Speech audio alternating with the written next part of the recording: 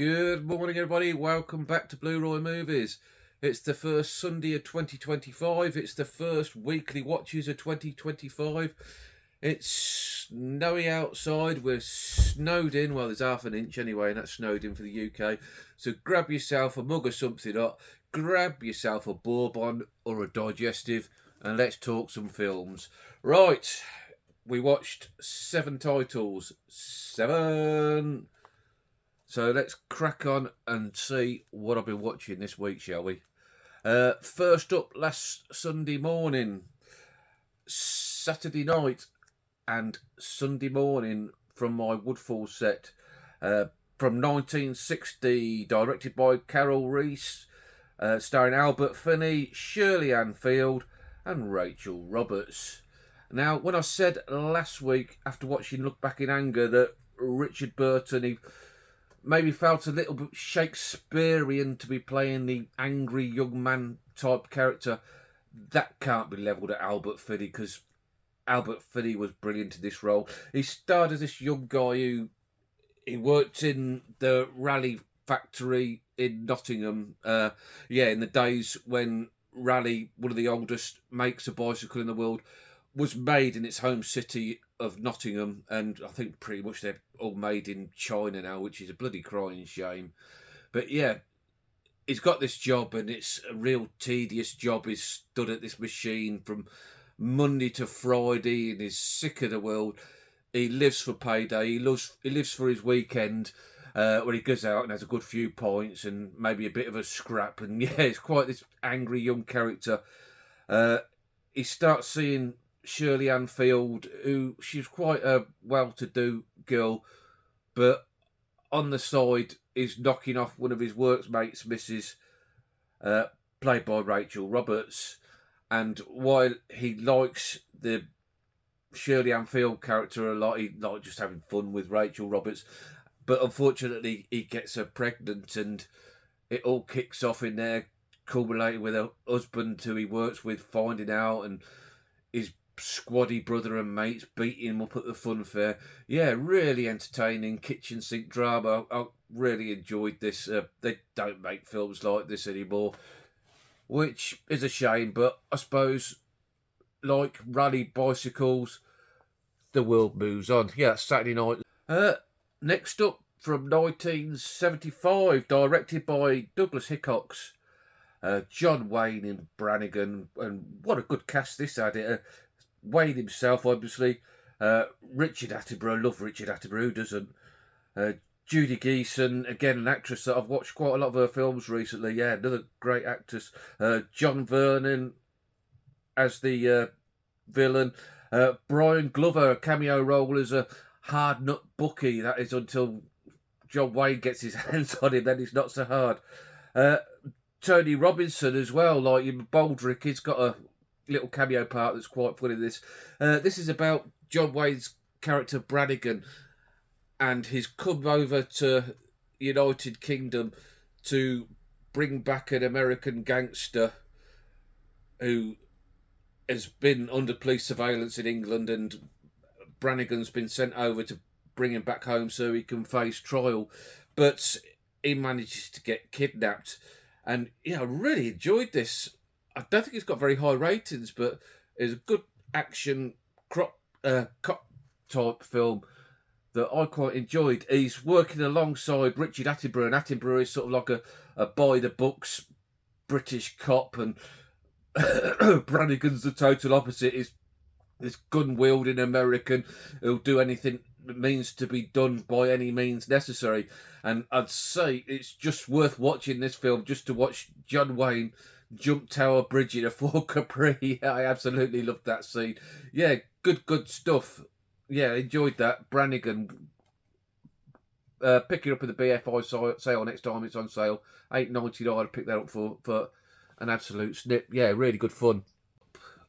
I watched, the whole family watched actually, myself, my wife, my son Nathan and his girlfriend Katie, which is the first time watch for them.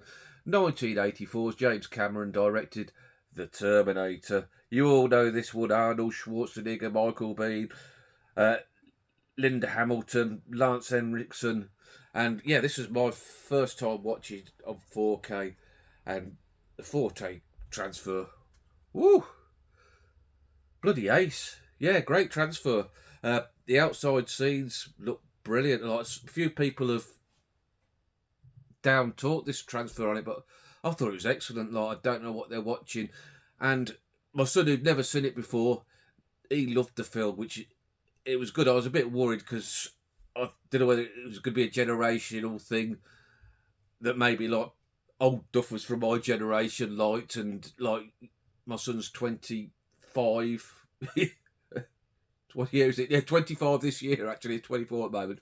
I'm putting a year on him. And yeah, he loved it. So it just goes to show this is a sort of film that transcends all ages and still growing strong. Yeah, the 4K really, really breathed new life in it myself. Probably the most enjoyment I've had watching this film.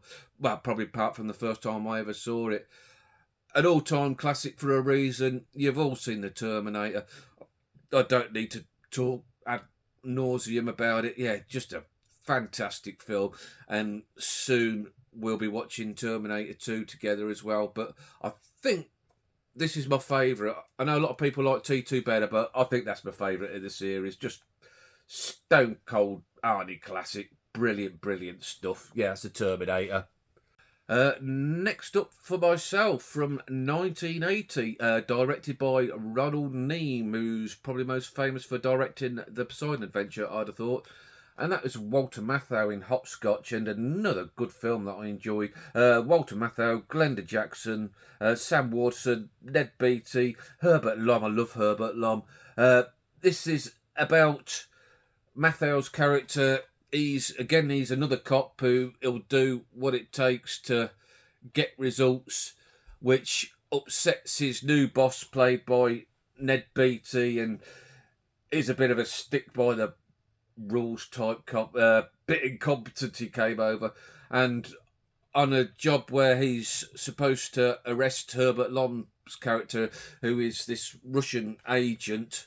Walter Matthau lets him go because he thinks he'll be more beneficial to leave him in the system, because it's better the devil you know. If he was to relate to arrest Herbert Lom, they'd only replace him with somebody, an unknown that they wouldn't know, which upsets Ned Beatty, and he gives him a desk job. So that's not for Walter. He gives in his job and retires, and then he writes his memoirs about the CIA and spills all the dirt on the CIA, all the indifferences, all the dalliances and things they shouldn't be doing. And it's on course to be a bestseller, but that upsets the CIA, and they want to do anything they can in their powers to stop this book being published, and namely trying to kill Matthau before he can get it published. And it's a good, it's kind of light-hearted, if you like, good light-hearted action adventure that I'd never heard of until I'd seen it in a charity shop and saw Matthau's name attached to it, in Glenda Jackson, who we sadly lost, was it last year, I think, or the year before. So I thought I'd pick it up and give it a watch. That's why I love charity shops. You just see stuff in here that you don't know, and you pick it up and give it a watch. And it's just a great film. Yeah, I'd recommend that everyone give that a watch. Easy going, light-hearted action adventure. That's just a whole load of fun. Yeah, great stuff, that Hopscotch. And then next up from myself, 2019's Guy Ritchie, The Gentleman. Matthew McConaughey, Charlie Hunnam, Michelle Dockery, Jeremy Strong, Colin Farrell, good character in this, Colin Farrell. Hugh Grant's brilliant in this. Eddie Martin, I always enjoy his stuff. And another great Guy Ritchie film. I think, myself personally, this is up with Snatch and Lock, Stock. It's all about McConaughey. He's a major league cannabis grower, skunk, I think they call it. I'm not really au fait with my brands of cannabis, to be honest. Yeah, and he's a major grower, seller, distributor, and he's being blackmailed by Hugh Grant's journalist character. Hugh Grant in this, bloody brilliant he was. And it's a twisty, turny Guy Ritchie film, as you know, that there's a lot going on in this film, but it's never convoluted. It's like easy to follow. Sometimes them types of films you have to concentrate on this, but you could just sort of like watch this and let it unfold. Lots of swearing, lots of brilliant dialogue. Another bloody ace film. Yeah, that's a gentleman. Like I say, right up with Lock, Stock and Snatch. Actually, some people say to me they don't like them, which quite surprised me this week, because I think they're bloody great films. Yeah, Guy Ritchie for me, top director. Yeah, I love Guy Ritchie. That's the gentleman. And first time watch on 4K. The 4K wasn't brilliant. It was all right. Upgrade from the Blu-ray. Yeah, great stuff. I highly recommend that if you haven't seen it. And next up, from 2015, a western I hadn't seen before, directed by Gavin O'Connor, starring Natalie Portman, Joel Edgerton, Ewan McGregor, Noah Emmerich, Jane Got a Gun. This is about Jane, the main character, played by Natalie Portman, and husband, who's an outlaw. He comes riding back to their place and he's been all shot up, so she pulls the bullets out of him. You see how they do it, and cauterizes the wound with a bit of gunpowder and fire, which made me cringe a bit. And he says that the rest of this outlaw gang that he used to belong to him are coming to the house to sort him out. So she enlists the help of her ex-fiancé, played by Joel Edgerton, to help the two of them take down this gang. Yeah, it's pretty decent. I think this film had all sorts of production problems, changes of director, changes of cast, so I wasn't expecting a lot of it, but it was pleasantly surprising. Nothing special. Ewan McGregor was the bad guy. He's a bit of a weak bad guy, I thought. Probably the weakest link in the film. The final shootout, where they're fighting off the gang, that was done at night time, so you couldn't really see what was going on, which was a bit of a cop-out. I thought maybe budget restraints caused that, but it was all right. A lot of it's played back with flashbacks, which sometimes got a little bit confusing as to which timeline I was watching, but yeah, a lot better than I thought. It did nothing to change the world or anything like that, just your straightforward cowboy film. But if you like your cowboy films and your westerns like I do, it's worth a watch. And I know a lot of you like the different colour cases. It didn't bother me, but a nice red case. It actually looks quite good in that red case. But like I say, that don't bother me. It don't bother me what colour cases they are. And last for the week, and by no means last in quality, Notes on a Scandal, Judy Dench, Kate Blanchett. I've seen this before. I think this is a terrific film. This is about Kate Blanchett's character. She's this young teacher who joins this secondary school that Judy Dench already works in. And Judy Dench is like this spinster sort of lesbian woman, and she takes a fancy to Kate Blanchett's character, but Kate Blanchett has this illicit affair with a 15-year-old pupil, and Judy Dench uses that to her advantage to manipulate Kate Blanchett, how she'll tell the authorities and tell the police, and her life will be in tatters. And yeah, really good, solid drama, psychological drama. Yeah, really enjoyed this film. Yeah, if you haven't seen it, it's well worth a watch.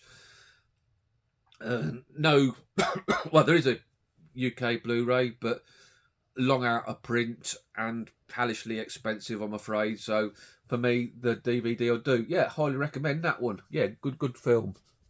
So that was it for the week, guys.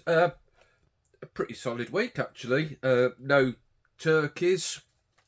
Probably the highlight of the week was family movie night and us all watching the Terminator, because we all took something out of that, and maybe the gentleman as well. I love the gentleman. Like, what?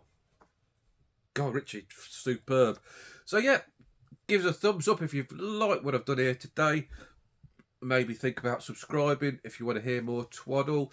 I'll be back in midweek. Got some cracking stuff over the last couple of weeks. Some brilliant stuff I got for Christmas. And I've got myself, yeah, so I'll see you Wednesday or so, and I'll show you what I've got. You all take care. You all be good. Keep watching your films, and I'll catch you all later. Ta-ra.